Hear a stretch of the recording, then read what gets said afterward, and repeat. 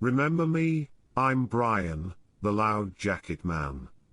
I've been out of action since the dry cleaners down the street mistook my sports coat for a floor mat and sent it to a small factory on the outskirts of town.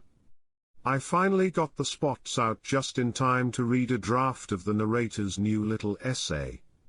This is in keeping with his Derelict Dome podcast, now kicking off with that stripper, what's her name?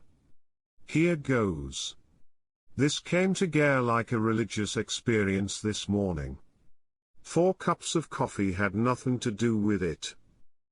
Ever wonder where the planetarium would fit into some of these post-apocalyptic, dystopian futures we frequently see depicted in movies or TV shows these days?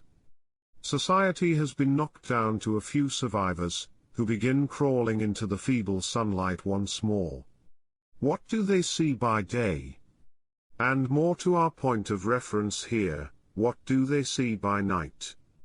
Once the smoke and dust clear, there is only one thing that remains unaltered by the shattered landscape. But first let's take a look at the dayscape. There are derelict buildings everywhere. Notice we are not speaking of what caused the dystopia, we see all too well some of the real-life causes: war, plague, extreme weather. But whatever the cause, existing planetariums, if they still stand at all, would meet the definition of derelict.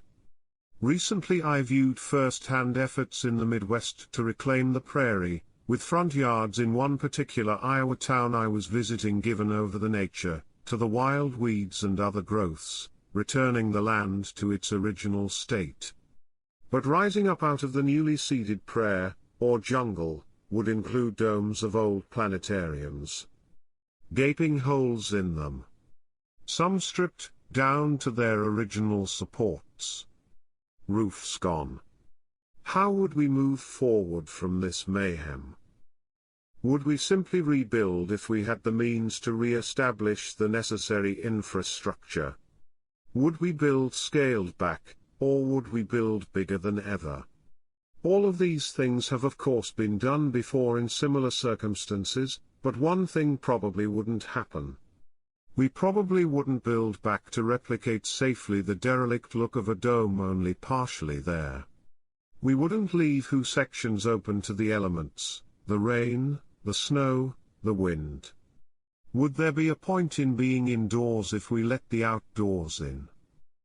But what if we did do that? In some instances, we could simply stop constructing halfway through. I've seen skyscrapers and other architectural specimens like this, topped off with mere exposed girders. But what if we did it for a more noble reason? For we have not yet touched upon the nightscape of our dystopian scenario. For would it not be that, even in the heart of the biggest city, the stars in all their glory would eventually return to our sight? And the starlight once so hidden in the smoke and the glare, would it not come back into view? Would it not then be worth a little more outside in our inside, to see both the projected stars from our planetarium projectors on a partial dome, but also the real stars at night through the rafters? Maybe then we'd reduce the glare. The smoke? We'd find ways of being both out and in at the same time. And we build derelict domes like this on purpose.